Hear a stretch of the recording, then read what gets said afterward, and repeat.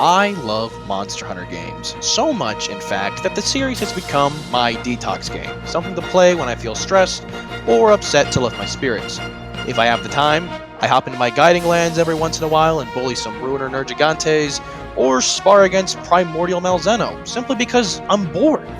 However, to someone who is on the fence about what game to get still, well, I'm here with a part 2 to my first ever video to assist with your doubt. I am making this video as a follow-up to the first, since I missed a lot of marks in that video. I'm also making this because a majority of your playtime will be spent during the DLC content, something to account for if you plan to play a lot of Monster Hunter. With that out of the way, I'm Darth Deku, and welcome to Monster Hunter Iceborne vs. Sunbreak. Now, this video will play out slightly differently than the last one. Instead of covering each DLC, I would instead like to compare what each DLC provides. For this instance, I will be comparing the core gameplay mechanics added in both expansions.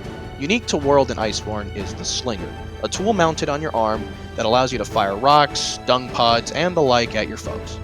With Iceborne, you can get a nifty upgrade of this tool known as the Clutch Claw. With it, as the name implies, you can clutch to your foes' body parts, weaken them with your weapon, or, with precise timing and some slinger ammo, you can grab their face and launch them right into a wall. This flint shot will net you a free knockdown, allowing you to rack up some hefty damage at points in the fight. The Clutch Claw has a risk to it where, if you are hit by any attacks while clutched, you will be knocked off, and flint shots and claw attacks, which are used to turn the monster, typically enrage it as well. The monster cannot be flinched or turned while enraged, but there are plenty of additional features that overshadow this downside. Attacking while clutched will either drop slinger ammo or wound the part, allowing it to take more damage. All weapons also receive new moves to accommodate the introduction of the Clutch Claw. For example, Hammer can now launch out the claw at the end of some of its attacks, Lance gets a counter that clutches the user to the part that was countered, and Charge Blades become chainsaws. I mean, what's not to love? Well, for starters, that is a lot to take in. I won't judge you if you don't fully understand how to work the darn thing, even after explaining it. I mean, it took me a while to fully understand it, but once I did, the game became so much more fun. Starting fights by smacking the monster into a wall, trying out every weapon, and how the Clutch Claw played into their kit. Oh, and did I mention that you can send monsters flailing off cliffs like big dumb idiots? It is, in fact, very fun. Surely, Sunbreak must have incorporated an equally as exciting mechanic, right? Right? Well, unfortunately, Sunbreak didn't seem to add too much at first glance. In Rise, there is no slinger. Instead, you get a wire bug that has two main uses: mobility and ability. Basically, they let you zip all around Rise's larger environments and allow use of unique Silkbind attacks. These are sorta like special or ultimate attacks. With the addition of Sunbreak, they added the ability to swap your moveset on the fly, called the Scroll Swap. You start out in red scroll mode and then swap into the blue scroll mode.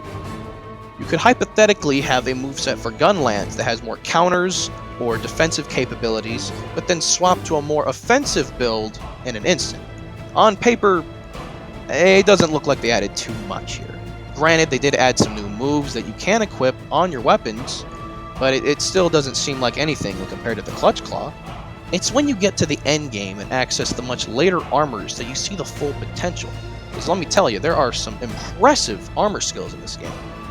For example, the Furious Rajang set has a unique armor skill where you build up Fury in red scroll mode, and after you've built up enough of this, you can swap to the blue scroll mode for infinite stamina. There are a few more armors that do similar things, but the point still remains, there is some sleeping potential here. And this highlights one of the bigger differences between the games for me personally.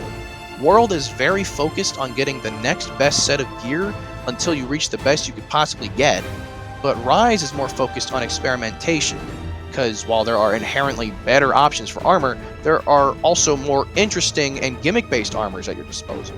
And while all of that sounds cool, it isn't enough to outweigh my love for the Clutch Claw, making it the winner for this first round.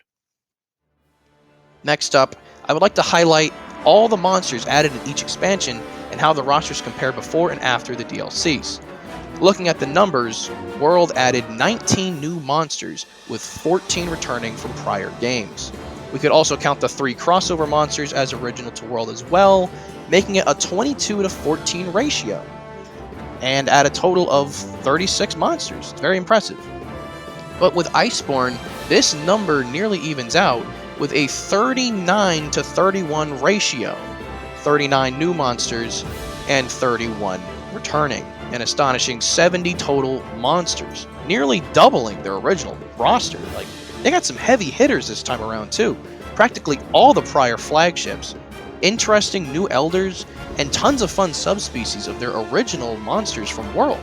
I could prattle on about how awesome this roster is, but there is only one takeaway here that I need to cover, being the future of Monster Hunter as a whole, going forward with large expansions like this.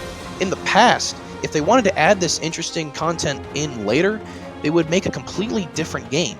Nowadays, they can simply make a large expansion jam-packed with all this new content and put a little price on it and add it on to your existing game.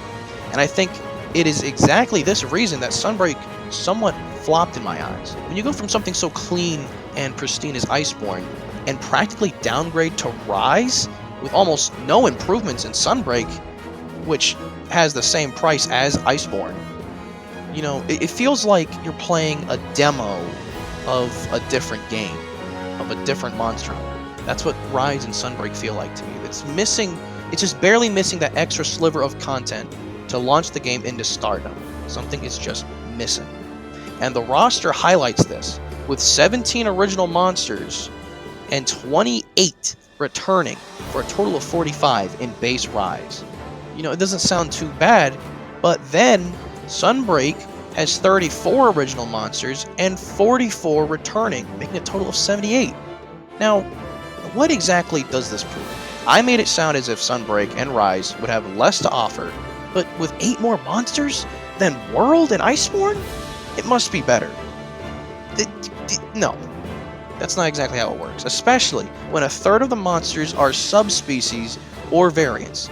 That's right, out of all 78 monsters, 26 are subspecies. And out of those 26 subspecies, a whopping 16 of them originated in Sunbreak. The only problem I have with this, besides some of them just being knockoffs of deviants, is the new ones we got for the core original monsters.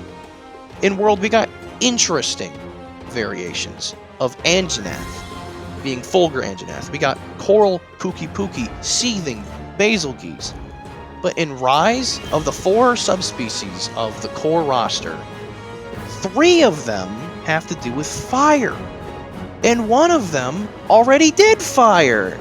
Don't get me wrong, I like Bob as much as the last guy, but Ragna Kadaki, but more fire? Actually, she's blast element. Don't care, it's dumb.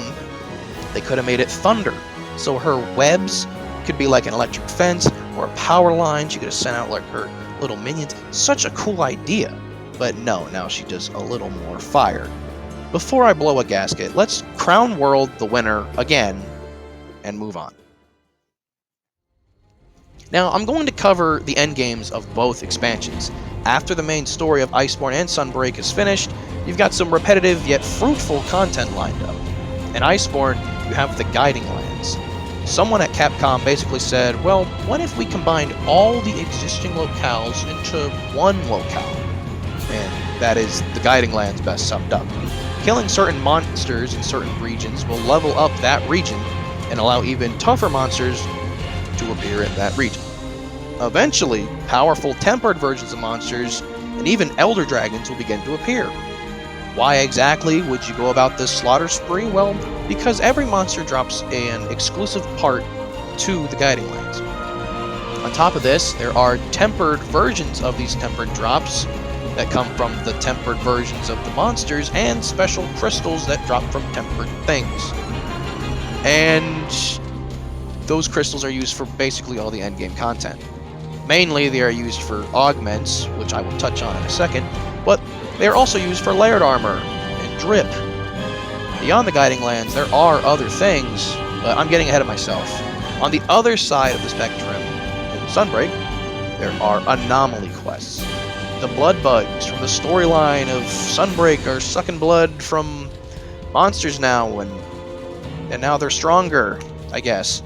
And they drop special blood parts. I mean, anomaly investigations are fine, they just aren't as linear as the guiding lines. See, instead of each monster having one drop, a small group of monsters share the same drop. That sounds better at first until you realize that some parts change at certain levels. For example, Kulu, Ragi, Baggy, and Azuchi all drop Afflicted Pelt. But at level 31, because the quests level up as you do them, they become Afflicted Hide Plus. And once you get to level 101, those become Afflicted Thick Hide. And what's better is there is no in-game guide as to what drops what until you've gotten the part. So Google will become your best friend. But once you finally have these parts and some Amber Essence, which just basically come for free for finishing the anomaly investigations, you can finally augment your equipment. Now, when you augment your weapon in both games, you can choose between a few select upgrades. These include damage, affinity, element, slot, and health regen upgrades. They won't give you the greatest buffs in the world, but they are pretty good when paired with the right skills, and are more a means to squeeze out that last bit of potential out of your weapon. Armor augmentation is a whole different story. In World, you simply augment it to raise your upgrade level cap about 10 levels. In Sunbreak, however, it relies heavily on RNG, but that's not a bad thing. I find armor augmentation really enjoyable in Sunbreak, actually, because you spend your Amber Essence to roll different stats and buffs for your armor. If these are strong buffs, you may lose some of your armor's base stats. Like if I had a piece of that Furious Rajang set I mentioned earlier and augmented it, I could get, let's say for example, Velkhana's Frostcraft. But being a really exclusive and good skill, I would probably lose part of the Furious skill and some of my elemental defense. This makes augmentation a fun gamble and almost gives players the ultimate customization option for their armor. And although I absolutely love this feature, grinding in Iceborne is simply fun, it's easy, and it's not as confusing, so this means Iceborne gets the point once again. So, let's tally up the score here. Oh, okay. World wins again, 3-0. Okay, so go, get it, play it. No, in all seriousness, objectively, World definitely has a lot more to offer when compared to Sunbreak, but maybe that's not what some players want. Rise is easier, has fun weapon play, and offers more creativity with how you hunt. Creativity that broadens with the inclusion of Sunbreak. Like I mentioned in the first section, World in Iceborne is heavily focused on overcoming the next challenge until you reach the end. It's from there that you tune your craft, but in Rise and Sunbreak, such tuning can begin as early as getting your first switch skills. It definitely allows the freedom of choice more often than not. The ability to choose the next hunt, being able to craft decorations, again support this claim as well. You can start building your dream armor set from the get-go, growing as you progress through the story.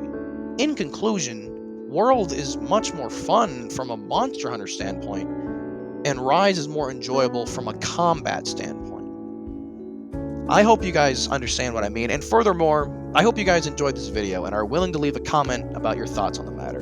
What do you guys truly prefer? If you tell your friend to play a Monster Hunter game, which would you suggest?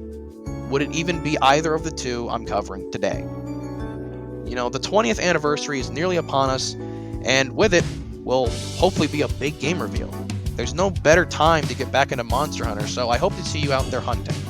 Also, while I have you here, I'd like to ask for your subscription to my channel. I plan to make more videos soon, and I'd love it if you could help me on my journey to 1,000 subscribers. I'm about a third of the way there, and it would be a huge help. And as always, this has been Darth Deku. Happy hunting.